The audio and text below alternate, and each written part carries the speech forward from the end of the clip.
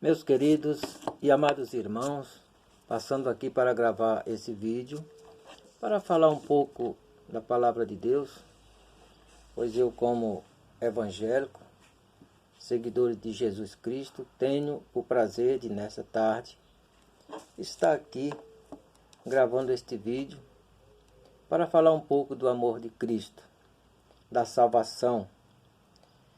Eu quero ler com os irmãos que estiver me ouvindo e me assistindo nesta hora, um versículo da palavra de Deus que nos diz assim: farei calar ao que difama ao próximo as ocultas, não vou tolerar o homem de olhar arrogante e de coração orgulhoso. Louvado seja dado ao nome santo do Senhor. A palavra de Deus que nos diz nesta tarde que o Senhor não tolera a difamação, o Senhor não tolera o homem arrogante, o Senhor não tolera o coração orgulhoso. A Bíblia nos diz no livro de João, no capítulo de número 3, o versículo 16, que Deus, Ele amou o mundo de uma tal maneira que deu o seu Filho unigênito, para que todo aquele que nele crê não pereça, mas tenha a vida eterna. Glória seja dado ao nome santo do Senhor. Então, meus amados irmãos, este versículo de João nos traz um ensinamento sobre o amor. Deus nos mostra aqui, através deste versículo, o tamanho do amor que Ele teve pelos pecadores, de uma tal maneira de destronizar o seu Filho lá do alto da sua glória e enviar para nos resgatar do pecado e do ódio, para nos fazer um só corpo, para nos fazer uma só igreja. E a Bíblia diz que nós somos o corpo de Cristo. Tão grande foi o amor do Senhor que deu o seu Filho para que ele morresse por nós. Então eu quero dizer nesta tarde que a igreja do Senhor não foi por acaso que o Senhor resgatou ela lá do mundo. O Senhor pagou um preço muito alto, muito caro. O Senhor pagou por você que está me ouvindo nesta tarde o preço do sangue do seu próprio Filho, para que você tivesse a liberdade de louvar, de engrandecer ao nome do Senhor. Jesus veio a essa terra, te tirou do mundo para você ser o templo do Espírito Santo de Deus, para que você aprenda a andar nos caminhos do Senhor e ensine ao seu semelhante a amar o próximo como a si mesmo. O Senhor te resgatou do mundo para que você fosse uma pessoa diferente do povo do mundo, para que você mostrasse na sua vida que você nasceu de novo. Foi o que ele ensinou a Nicodemo, que ele tinha que nascer de novo, começar uma nova vida com Cristo Jesus. Mas nós vemos nos últimos dias que a igreja do Senhor foi transformada. Deus, quando Ele enviou o seu Filho, foi para que nos desse amor, nos ensinasse a amar, nos mostrasse o seu tão grande amor que teve por nós. Um amor tão grande de ser capaz de morrer pendurado em uma cruz, ao lado de dois malfeitores, para que hoje nós tivéssemos vida eterna. E este amor foi sem medida, sem limite, sem tempo de acabar, é para sempre. Não pode este amor se acabar para aqueles que têm compromisso com Deus. E eu quero dizer nessa tarde, meus queridos irmãos, que eu tenho visto as coisas mudando. A igreja já não é mais a mesma. Os ensinamentos não são mais os mesmos. os crentes perderam a visão espiritual.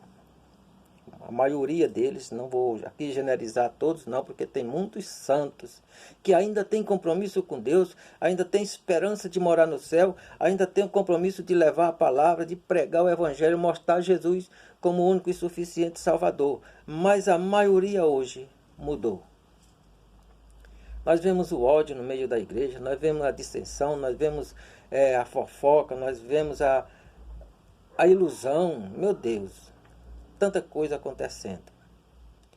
Mas Jesus nos disse que havia de haver escândalos.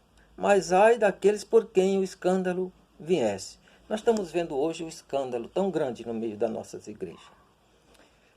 Nós vemos que Jesus pregou o evangelho nessa terra com humildade. Uma única vez que Jesus se irritou, o único registro bíblico que tem Jesus irritado na Bíblia foi quando ele chegou no templo, lá em Jerusalém, que viu a sua casa transformada em uma feira, transformada em um ambiente de negócio. E Jesus se irritou ali e desmanchou tudo aquilo e falou para aquele povo: a minha casa é chamada casa de oração, mas vocês transformaram em covis de ladrões. E é o que nós temos visto, meus amados irmãos, nos dias de hoje, os templos que são consagrados ao nome do Senhor para ser pregado o evangelho, ministrado a palavra de Deus, hoje está sendo bancadas políticas. Nós vemos escândalo tomando conta das igrejas. Os pastores que foram chamados, eu quero dizer aqui para você, pastor, que tem uma igreja, que tem um rebanho que Deus confiou a você para que você cuidasse deles. Eu quero te dizer que este rebanho é santo. Este rebanho foi comprado pelo sangue de Cristo. Este rebanho foi comprado por um preço muito alto. E você não tem o direito de profanar o evangelho, transformando o púlpito, transformando o lugar sagrado, o santo dos santos, transformando ele em comitê político, não. Você foi chamado para mostrar o caminho do céu. Você foi chamado para ensinar as ovelhas a salvação. Você foi chamado para ensinar o amor. Você foi chamado para ensinar a comunhão. Você foi chamado para ensinar os irmãos a viver em união. Como João disse na sua carta universal, que o sangue de Jesus Cristo nos purifica de todo pecado. Mas ele purifica sim, se nós vivermos na luz como ele na luz está, e mantermos comunhão uns com os outros. O sangue de Jesus Cristo nos purifica de todo pecado. Cadê a comunhão que você está ensinando às suas ovelhas? Que você tomou conta? Você está colocando o povo uns contra os outros, com um negócio de política, pregando candidato nos púlpitos. Meus queridos, você não foi chamado para fazer política, não. Você foi chamado para pregar o evangelho. Deixa quem quiser votar em quem quiser. Cada um tem seu direito de liberdade.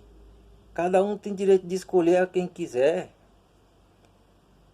O voto é secreto.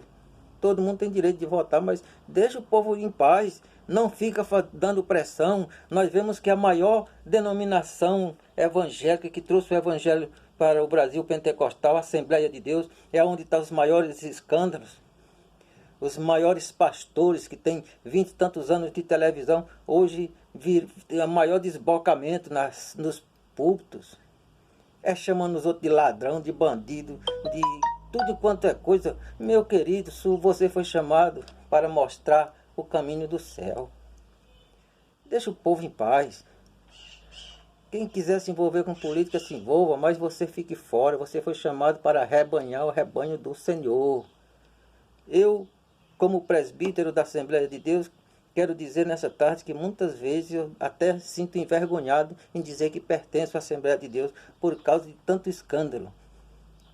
Os maiores pastores estão transformando a casa do Senhor, a casa de oração, em covis de ladrões.